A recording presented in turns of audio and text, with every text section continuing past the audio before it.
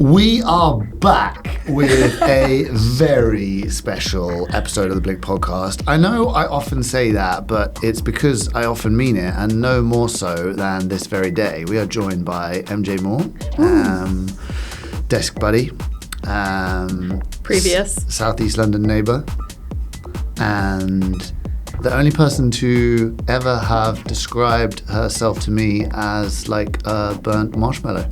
And does she fall into the weird or wonderful category of our guests? Absolutely. This is the OG Weird and Wonderful. MJ, please say a hello Hi, to MJ. our audience. Hello, everyone. So happy to be here today. Yay. Well, I guess can you start off by officially introducing yourself? Why are you here? What do you do? Well, I am MJ Moore. I have been asked to join today to talk to you guys about all things implementation. I am the VP of implementation here at Blink, so just responsible helping our customers roll out Blink. And what about you as a person? Anything fun that we should know about you? Ooh, you mean having a life outside of work? Yeah, is that a thing? Is that a thing? Yeah, no, I'm a normal person outside of work, I like to think. I enjoy. Right, so it's only inside work then, is it?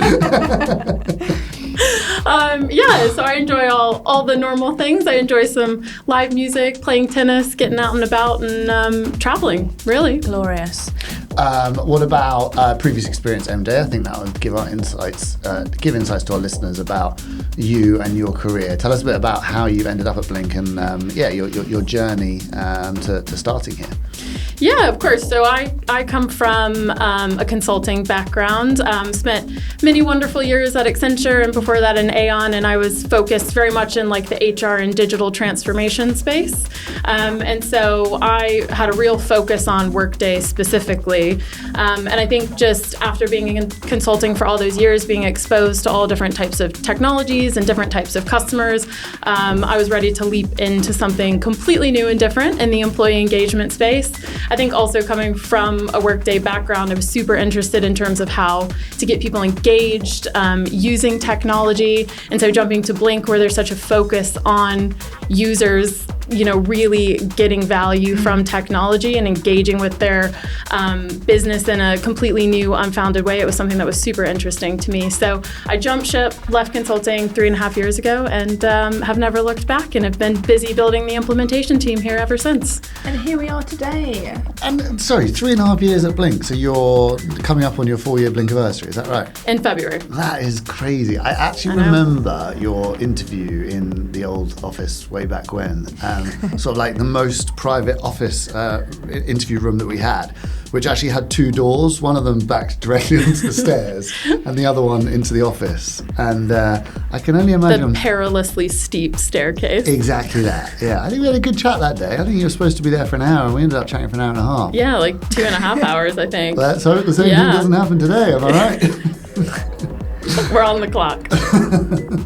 All right, you two, all right. I'm going to suggest we jump straight in then to some of our implementation topics at hand. Peter, sorry. I know you want to get on with it. I know we've got lots of good stuff to get through, but I did give MJ her Force Fun challenge. Ooh. Well, I actually told you it was Force Fun, and I loosely said what it was about, and I know that you've got paper in front of you and a pen. A lot of paper, so I don't know how much you're expecting me to do. Depends how many drafts you're going to do. But MJ, with our other podcast guests, our live events, it's a really nice way just to set the tone, have a bit of fun to get started with, which is to do a drawing. I've asked Peter to do various drawings on other occasions as well, but today I want to ask you to draw something that represents like the invisible work behind a great implementation. Bloody hell, that's difficult. Yeah. Not if you're VP of implementation. I feel like you bought so much paper because you're just going to like whip out a printer from under that desk. Yeah. Here we go. I'm prepared for anything. It's my job. And then Peter, because MJ and I have had a little side talk about this, you're going to guess what MJ is drawing and why. Okay, cool. Okay? Ooh. So we're just going to eagle-eye watch MJ. We're going to eagle-eye her. We're going to judge her drawing. Okay. So draw away, MJ. Listen, they didn't hire me to do artwork. Is this time-bound or... First thing I think our listeners need to know is that MJ is a lefty. I don't think I knew that about her. No, I know. What does this animal look like?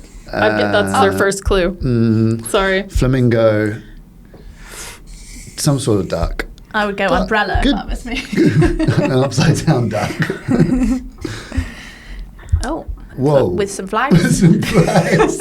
Is there turkey for Christmas? Now looking a bit like a... Okay, yeah. Oh. Very good. Okay. That's Is that the the water. wing that it... Yeah. MJ, don't give it away. Mm-hmm. It's... Oh, What's that? some directional advice. Some sort of duck with gastric problems. No. Okay, I'm ready to have the sort Okay, of... MJ, I think that's as much as I can please give. hold up your drawing. Can you... Yeah. Okay. What have you drawn?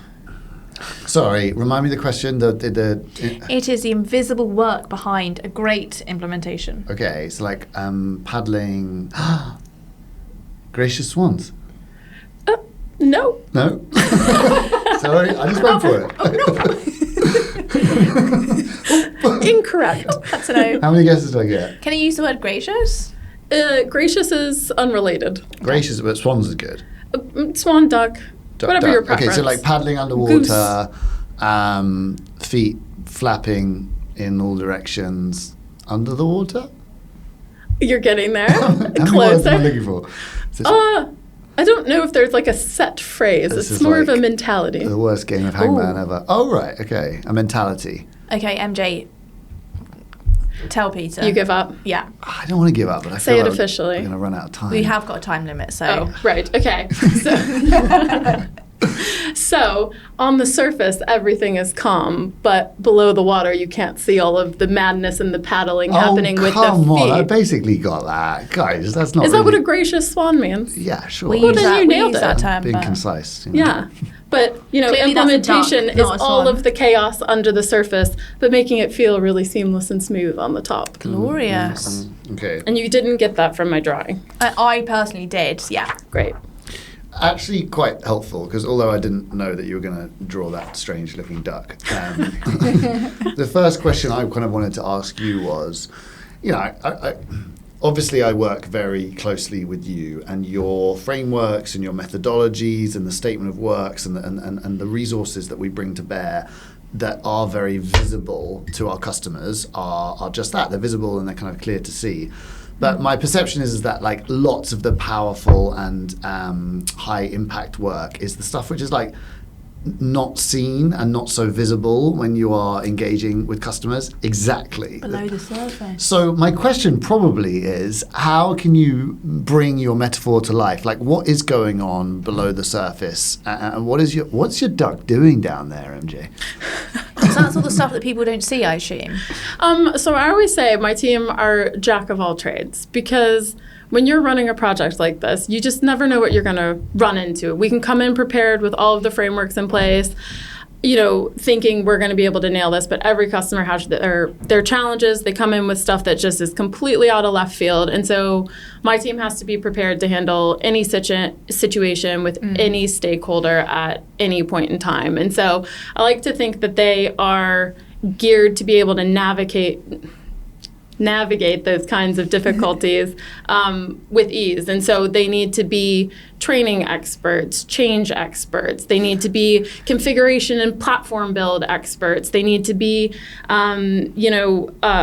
stakeholder, like great at stakeholder management. They need to be able to resolve conflict effectively. They need to be able to navigate between different opinions. And so it's kind of this art of being able to navigate any situation, really. Wear a lot of hats. Wear a lot of hats, Under the absolutely. implementation hat. Yeah.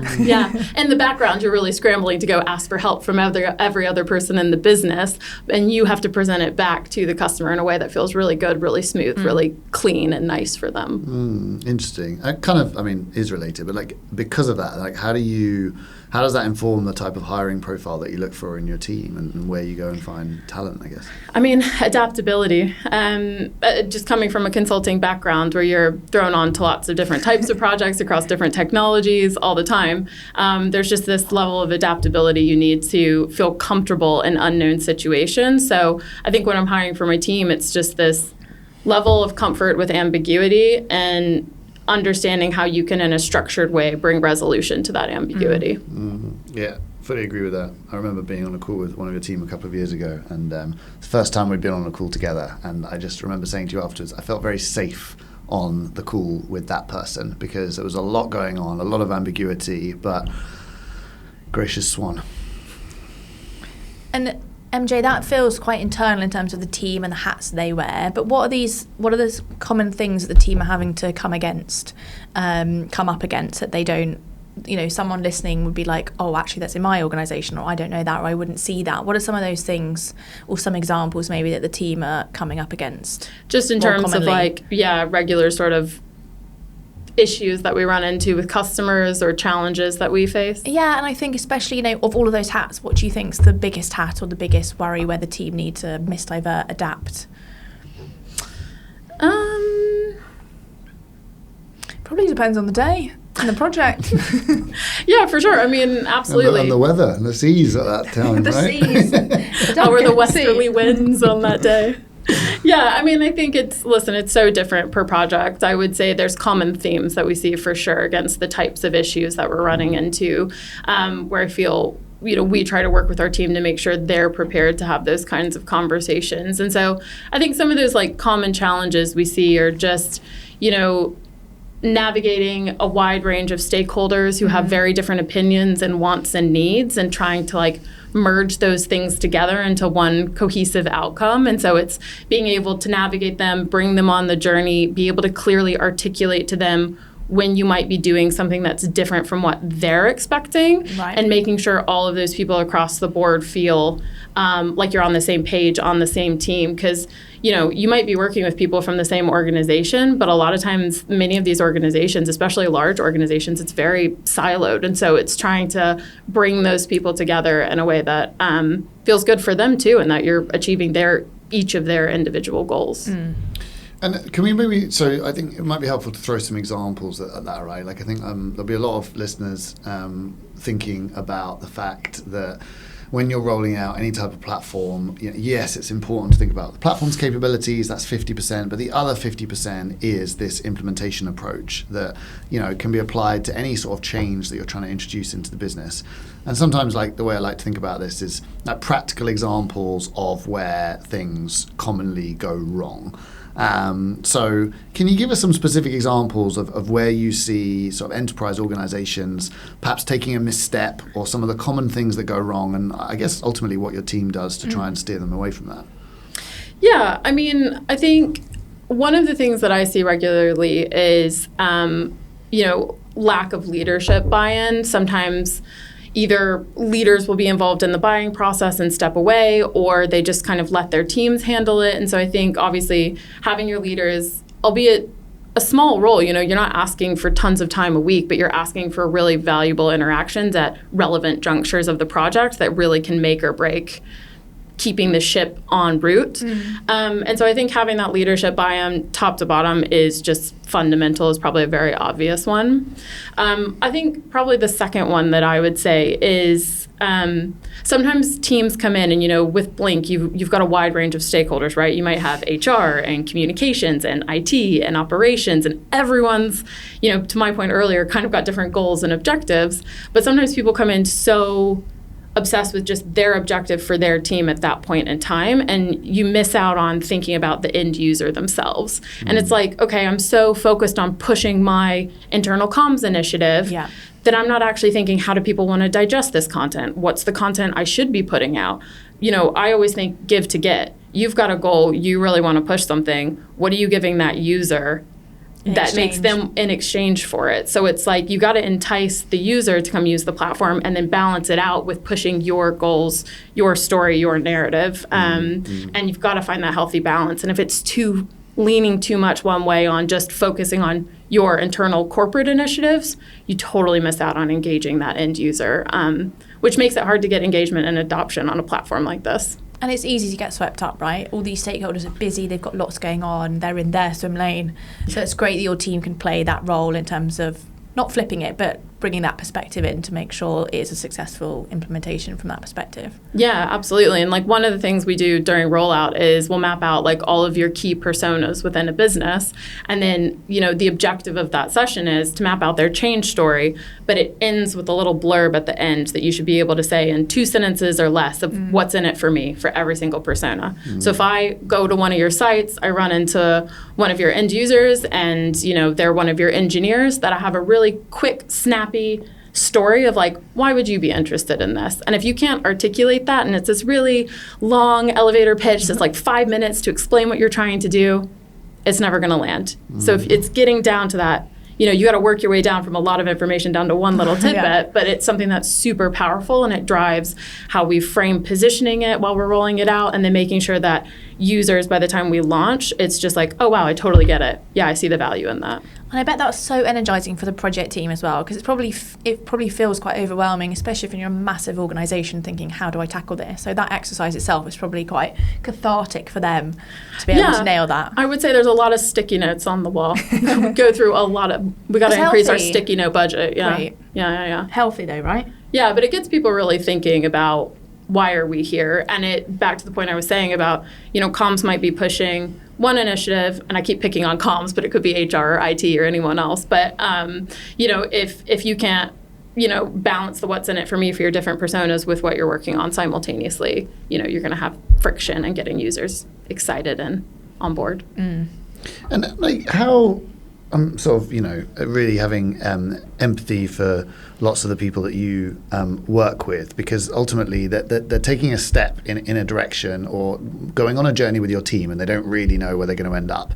And, I know that the process it's involved. Like if you are trying to deliver sustainable change as a result of launching Blink or something else, that is a strategically significant project that's not as simple as flicking a switch. And how do you kind of get them in the right mindset at the start of that journey to at least tell them, like, this is where we're heading, this is what I'm going to need from you, ultimately setting your project up for success and not feeling like they're just being led from pillar to post without any kind of direction about where they're going? Because my guess would be the more you can set their expectations about the type of engagement they're going to have, the better the outcomes are and the more psychologically safe they feel working with you. So do you mean in terms of like getting their centralized team aligned with the change journey that's coming their way? Yeah, precisely. Because I don't know, I always think about it in terms of like building a house. Like you've got to have it on firm foundations, right? And if you start that implementation process and like you don't have those building blocks in place, then a couple of weeks in, you're kind of sitting there going, we need to reset here. Something's going to crumble. Yeah.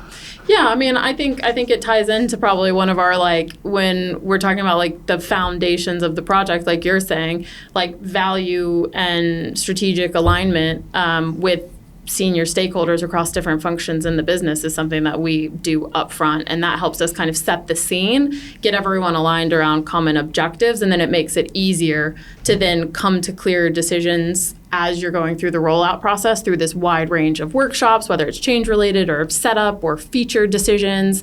If you know what your overarching goal is, then you can point back to it and say, are the decisions we're making aligning to this strategic pillar that we set up front as we built out our value realization framework? And if you're making decisions that are deviating from that, that warrants a real conversation of like, why are we deviating from these goals that we agreed as a team? Yeah, spot on. So it's kind of like it's a framework to make all future decisions about as a project. Yeah. And MJ, I feel like the approach is obviously getting these stakeholders aligned and this sort of top-down approach, but is it always a top-down rollout? Are there any other approaches of people using other people in the organisation, champions, lower managers in the organisation? How do you go with the flow in terms of people and those stakeholders? Is it always, we've got our sort of top-down, this is how the rollout is happening, or the implementation? Are there, other options? I mean, I think there's all different ways we approach rollout. I mean, obviously we work with a centralized team who can help give us guidance at a certain level, but depending on how your business is structured, we might take a whole different range of approaches. If you've got different brands or markets or regions or business units, like it's working with you about how and where we want to engage at a project level with those resources. With some of our customers, they want to keep it super centralized, centralized and they push out and are responsible for coordinating with markets internally on their side. Where with other customers we have, we work at an individual brand level. And so, yes, while they all sit under this umbrella name, we work almost team by team across their different brands because they almost fundamentally act like separate businesses. Yeah. So I think when we create this rollout experience, it's super nuanced to the business that we're working with and making sure it's based on their resource availability, other conflicting initiatives that they have, like what is upcoming in their pipeline, what are their priorities, and kind of carving like our approach around that so it feels really tailored to them, but by using our framework to drive that. I think that's really important, isn't it? It's like it's much easier to be a football pundit than a football manager. What I mean by that is like you give them... Sounds like, what does that mean? You give them the framework. It's easy to kind of like constructively criticize the framework, adapt it, think about how you can mold it to meet your needs, rather than starting from scratch and saying, well, how do you want to roll this out? Like, what do you want to do? Yeah. I guess I'm interested to talk to you about some examples of some of the more innovative rollouts that you've seen. Like, what are the strategies and tactics that companies are using nowadays to reach some of their hardest to reach workers? Because, we're talking a lot about planning and good governance and setting up frameworks and project charters and executive alignment and so on. But there comes a time when you've got to activate. Yeah. And as we know, because it's our business to know, like, we are trying to reach some of the hardest to reach workforces in the world. So, yeah, any examples of things you're seeing there that have surprised you recently? Yeah, I mean, we have a wide range of approaches of how people reach their workforce. It's so different per business based on the existing channels they have today. So it's trying to leverage those as much as possible, while also thinking of more fun, innovative ways to get in front of people. I mean, we had a customer recently launch in South Africa, and they took a totally new approach that we'd never seen before, where they start sending out drones to all of their locations with QR codes that people could scan and sign up for Blink. So it was, the sky is the limit in terms of possibilities here. Literally when there are drones around. So set aside your drone budget. That is actually mad. I didn't actually realize that. They sent them to all sites with the QR codes for employees in there. So is that like a practical way to launch, or is that just more about building excitement? I guess it's the latter. I think there's an element of practicality. It depends on the market. I would say it's more about building hype and momentum and having cool collateral and content. And they paired it together with engaging with like local influencers as well, who are part of these like video stories. So it was this really cool merging of concepts where it was like, yes, we're trying to reach hard to reach places, but also build kind of a story and a cool narrative to tell to get people excited about what they can see on this. Wild. Yeah. Fascinating. It's an interesting one, that, isn't it? Because they're kind of like, you sort of these influencers and drones and hype videos. You sort of look at it and you're thinking, what real role is that playing in the project? And I think it's twofold. It's one, it's like getting everyone excited that this new change is coming, it's different and it's fresh. I would imagine it's also about doing what you're talking about at the start, getting that executive alignment and sponsorship and interest as well. Like, it's sort of achieving two goals, I think. And I think that sometimes that can be easily overlooked. Sometimes the executives in companies aren't always inclined to engage in projects like these. Yeah. But who doesn't love a good drone and an influencer to get some hype and excitement going? I mean, I talk about the end user a lot, but even your leadership, it's a change in how they think. Like, we do leadership workshops where, you might have a more historically formal organization where they're used to a very corporate type of content, suit and tie with the white background, pushing out like a 5-minute video with a quarterly update. And I think sometimes with Blink, you can move to more short form content that feels more Gen Z in a way, more real, more authentic. And so, it's a total change for not only the person consuming the content, but the people who are part of the content, in the content. And so that's part of the change journey we take people on too, is like, how does this fundamentally change how you create and share content and engage the people who need to be part of making that content and train them and get them comfortable with the shift that you're going to go through with bringing something like this into the org. And MJ, what would you say is more important? You can say a combination of the three, but obviously we've spoken a lot around pre-launch, we've spoken a little bit about launch, but there's also the entire somebody's journey post-launch, and you don't just walk away from something once the drones have landed. So talk me through where you see your focus, your impact, and the importance of those different stages. Yeah, well, I mean, like trying to pick the importance between pre-launch and post-launch is like choosing between mom and dad. Like, you know what I mean? Like, I think I'm biased because obviously my team handles the pre-launch and the launch-related things, but everything we do during that phase fundamentally impacts what happens post-launch. And so I think if we don't get the rollout right, it's so hard to kind of come back and try to relaunch entirely and rethink through and reposition a tool that's already been rolled out. And I'm always, I would rather delay something and get it right the first time than push it out too fast without real thought and consideration and buy-in from an organization. So, I mean, for me, pre-launch sets the foundation for everything else. And if you don't really get that right, and that's not saying do everything everywhere all at once. It's saying being really considerate with your first wave of scope, but do it well, do it with the right resource, do it with the right intentions, and do it with aligned objectives. And, the sky is the limit. Well, where you've had to have those conversations to delay a launch or to raise the alarm, how have you approached those conversations with a customer? Yeah, I mean, they're never easy because, your customers are coming in with their own objectives, their own needs, their own goals. They've got internal pressure from, their leadership, and you've got to hit budgets, and, they've got their own things to deal with. And so I always say, like, work with your customers with a level of empathy, because your empathy elevates your execution. And I think if you don't think about where they're coming from, then you can't go in with a really clear talk track and making them feel like you're not just pushing against them to be difficult. You've got to show them why it's going to be worth the effort and why it's going to be worth the pressure on their side to deal with it. And so it's to come in really informed with a clear statement of what the problem is and what we can do to resolve it and what the impact will be as a result. And so it's just to articulate it really, really clearly so that they can take it back. Because I think, honestly, in all those times we've had those difficult conversations, while they've been difficult, they've always been worthwhile. And I think it's made them really think and consider. And if they've decided to move forward with it, it's a known risk at least, and they've done their due diligence to deal with it. But I've never had a time where I've regretted having an open and honest conversation about, based on what we think and know drives success, we want to set them up for success too. And MJ, say the launch has happened and we've got some great content and leaders are involved, you've got great alignment across the project team and wider stakeholders. How are you working with customers to sustain that momentum? Because that moment in time can be great, whether that's month one, week one, but what does that look like in terms of sustaining that sort of post-launch period?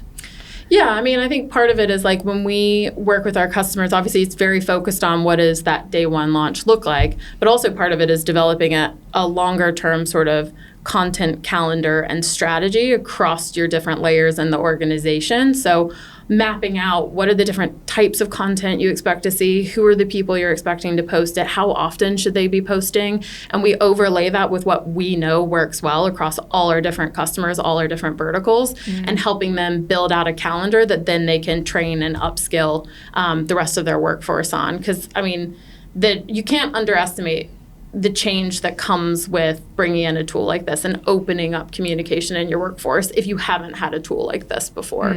And so it's just providing them the tools they need to make sure there's longevity to it and it's not just a 1 month just a spike and then it drops off a plateau. Totally. And have you experienced some real eye wide open moments when the platform's launched and customers maybe might have approached it a bit more negatively? People won't post, people won't get engaged, and have thought, oh my gosh, the world of possibility. Like, have you had any real examples where customers have really been shocked and amazed when you've said, we need to open this up, this needs to be a platform where everyone can be heard, everyone can be part of this?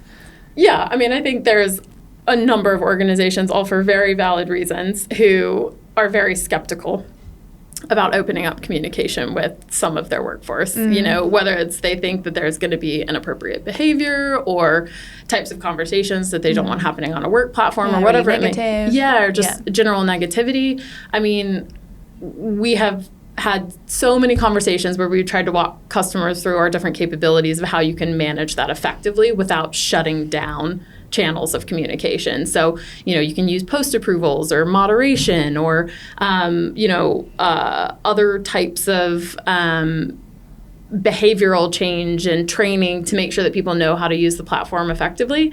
And we've never had someone where, they were thinking before that they would want to turn off all this stuff. We don't want chats. We don't want to allow people to comment on stuff. We never actually had anyone come back and turn it off once they've turned it on. And so it's like that in itself is a very compelling stat. Huge. Of like, yeah, you might be nervous and yes, you might get some negative comments, but one, it's good for the organization because you can deal with those and talk to the people where that's coming from. Two, you can technically moderate and oversee it and make sure that it doesn't cause disruption within the business. And it's always less than you think it's going to be, significantly. And we've never had a customer fundamentally come back and be like, this isn't working. Yeah. It's amazing how much of a role trust plays in this whole process. Because I suppose we're asking, or there's an implicit assumption sometimes that organizations will trust their people to open up communications in a certain way. And in order to do that, we're ultimately asking customers to trust us, to trust your team, to trust the experience that we have, that it's going to be okay. But that's a journey sometimes. And sometimes they can build that trust amongst us in the pre-sales process. Sometimes it might be when they're engaging with your team. And then sometimes it might be a year in for that trust to be built. Yeah. But it feels to me like that's a necessary precondition of really starting to open up communications in a meaningful way. Yeah. And seeing the true benefit of a platform like this as well. Yeah, absolutely.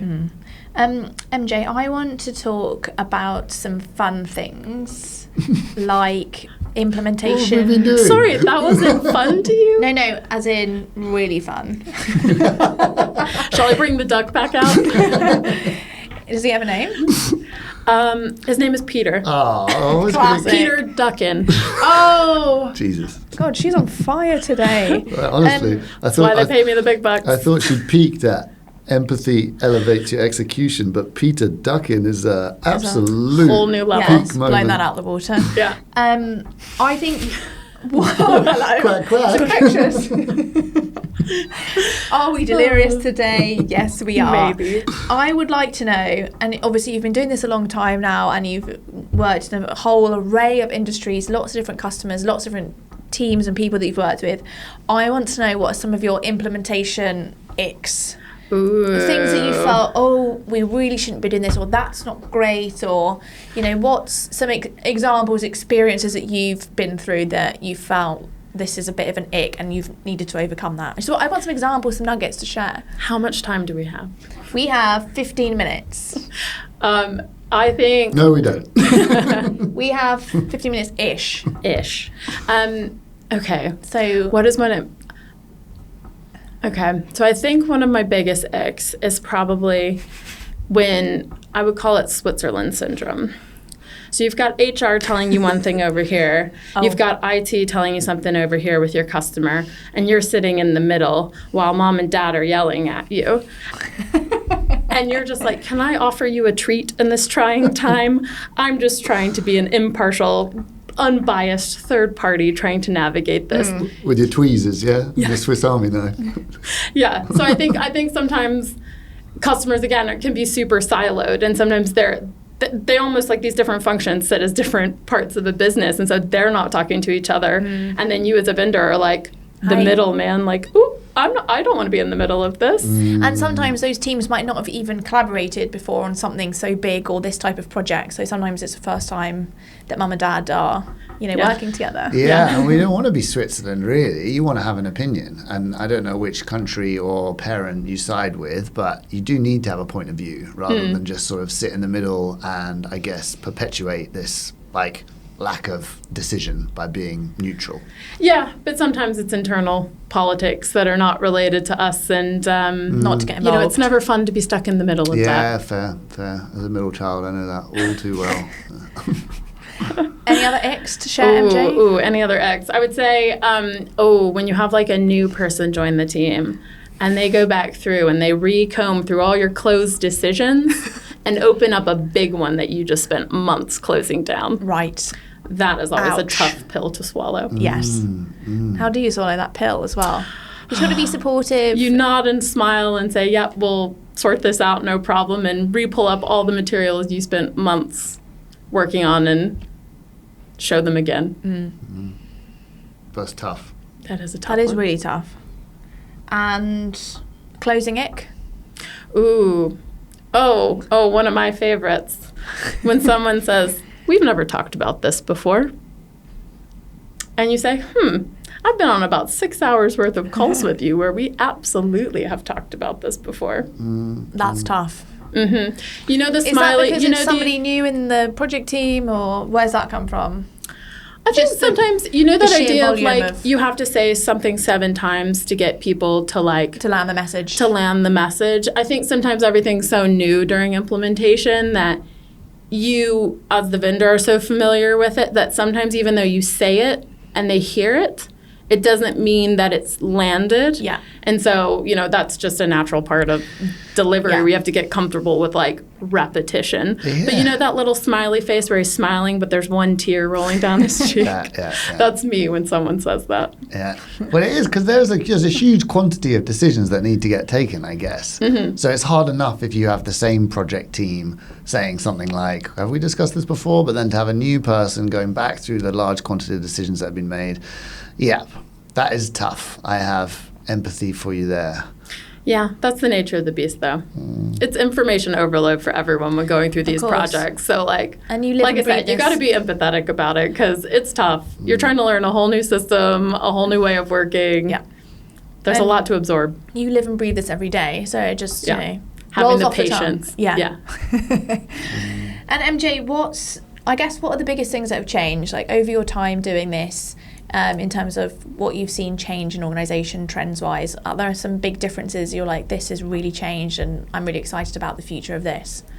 I think if I was looking back at my time doing technology delivery when I first started in consulting, we were so obsessed with just like building the technology and getting the processes and designing the technology itself. And we just never really thought about the user experience surrounding that. And I feel like in today's world, everything's around the user experience. On the technology is almost secondary to getting people on board to using the technology and like the change journey around that. So I would say in, the 12, 13 years I've been doing delivery, I just feel now that the focus is so much more on making sure that it's a consumable, valuable product for the person who needs to use it rather than just a cool designed piece of technology that no one's ever going to log into. Like buying software for the... Yeah, just to have it.